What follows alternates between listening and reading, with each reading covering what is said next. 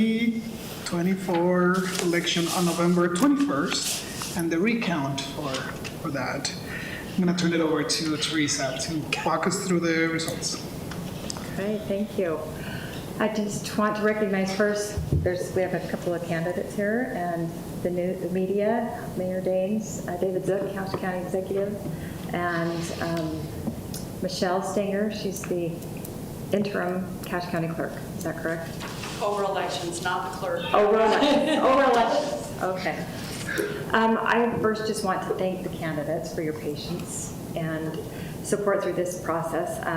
Those candidates, I know Jeannie was there and Katie was there, and as you were able to observe a little bit more about the process when ballots are signed and sent in, I hope you were able to learn more about the election process, the balloting process. So. Those of us who do the elections take it very seriously and want it to be done accurately. I know for me, doing it over the years, it's very protective and that's all I think about is elections during that time, and I want it done right. So, and I want to thank Mayor Daines for coming to the Ballot Center both days to offer her support. I really appreciate her being there. And to the Lieutenant Governor's office, specifically Shelley Jackson and her staff of 2 others that attended the recount, having them there was very reassuring. And we didn't have to call anyone, we just had them there, we could ask them the questions that we needed to ask, and so that was very good to have. 3 people from her office to be there was a lot, so we appreciate them. And thanks to Cache County Executive David Zuck for your support, and then also for the meals that were provided for 2 days. And to the Cache County election staff, specifically you, Michelle, you stepped up and really you competently and professionally handled what needed to be done, and she was so calm when some of the rest of us were very stressed about. She was a very calm presence in the room. She did leave a few times. Well, I think she went to her car and screamed a little bit. But, she was also facing the wall, so when she was screaming, we couldn't see her. She was just. But she really did a great job, and I appreciate you so much.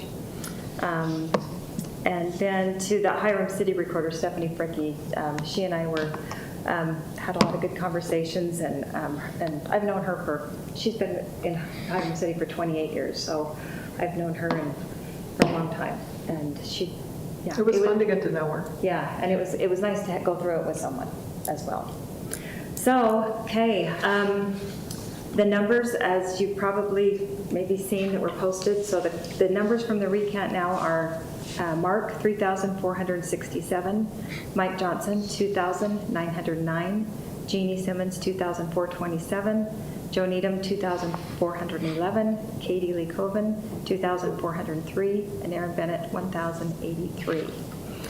And I think now I'm going to maybe turn it over to Michelle to give some more detailed information, because some questions, I know Charlie had some questions, but any questions from the council as to how those numbers are higher and what was included in the recount that was not previously counted. I think some of the candidates also had questions like that. So, Michelle, thank you. So, just one of the main questions I know is going to be asked is how come the numbers count is a little bit higher, and I'm just going to go through that process. One of the things we review, because we want to make sure every vote is counted, we had separated out all of the Logan and Hiram City ballots. Everything that had come in postmarked past the date that it was allowed, which is the 20th at 5 o'clock, was set aside and set into a separate box. We had a box of challenge reports, and that's anything that could be, you lost your ballot, you called and we spoiled the ballot, but you sent the ballot in anyway. When it ran through the machine, it would kick it out as a spoiled ballot. So we had a box of spoiled ballots that needed to individually be gone through to make sure that everything was spoiled correctly. And then we had a box of cure letters, and that's where most of the ones came back in. And so what happens is that as everything runs through the machine, if the machine doesn't recognize the signature, then it kicks it out and we do a manual check. And when we do the manual check, if the manual check is like, no, that signature, that doesn't feel right to me, and we check that against the affidavits, driver's license, division, whatever we can get a signature on, then a cure letter goes out. And I know that on the report, I can't remember, there were several actually that sent out with a cure report. Basically, we sent out that day saying, hey, we don't recognize your signature. Can you please sign this affidavit and bring it back in so we can count your ballot? And we give them a 5-day window to receive that information back. So on the night of the recount, we did review all of those cure letters. And we had 2 separate people check and make sure that signatures were readable, and if there was credit to be given, we gave credit. So we did reintroduce approximately 70 ballots into the count. So that's why our count is a little bit different, because we went through the postmark dates, the challenges, and the cure letters. So that's what put our totals up a little bit higher.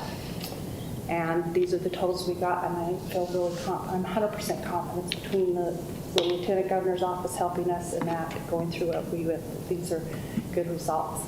So any questions? Any questions? I mean, I guess I don't know how to articulate it exactly, but is there a standard for, like, is there like a statewide or nationwide standard for why certain ones are accepted and not accepted? I mean, 70 is a decent gap between the 2 counts. And so is it just the opinion of those 2 people who are looking at it, or is there? It's a personal thing that based on, this is the training I have, I think, I hate to say I think when I say that, but I think the more elections you've done and the more signature verifications you've done, I think you're better at it. So whether the person was new or whether they had done several elections kind of makes a difference on what gets kicked out and what doesn't get kicked out. Sometimes it just is a matter of what documentation we have available to view that, and the Lieutenant Governor's office there, we did have access to more documentation. They sat through all of those We signatures. went through I think there was 400 ballots that were approximately 400 ballots in question, and we went through every ballot.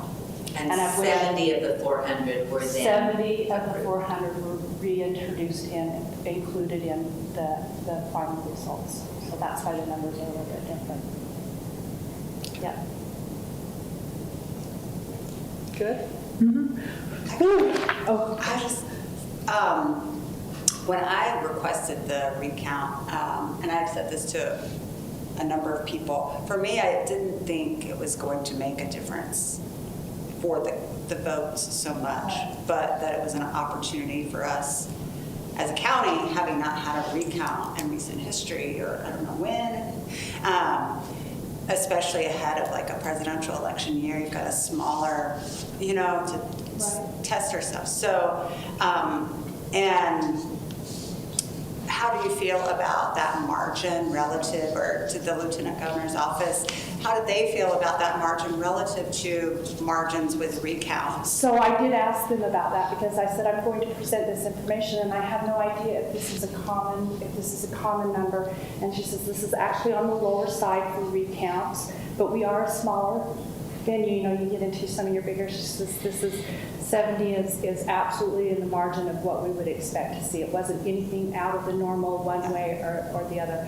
I am going to go out online and assume that as we go to the presidential election, that those cure letters will be bigger and that we will see bigger numbers. Yeah. And I just want to add to that, the Lieutenant Governor's office staff told me before we even counted to anticipate this, because they knew that some people might be concerned if they saw different numbers. And so they told me before the counting even started, they said, the number will likely be higher because we're going to go through and check every one very closely. And usually what happens in that case is we end up counting ballots that were not counted before. So they told me ahead of time, expect a higher number, and that's what happened. That's okay. Yeah. Thank you. You good? A little nervous there, but. All right, so any other questions or anything else anyone wants to? Okay. All right, so I just need a motion from the council to approve these numbers and I move acceptance and approval of the numbers. And I'll second the motion. It's been moved and seconded. All in favor, please say aye. Aye. Against, please say nay. We accept the results of this election. Thank you, everyone. Katie, thank you for letting me being a candidate. I know that was the beauty of it from my perspective. It's like,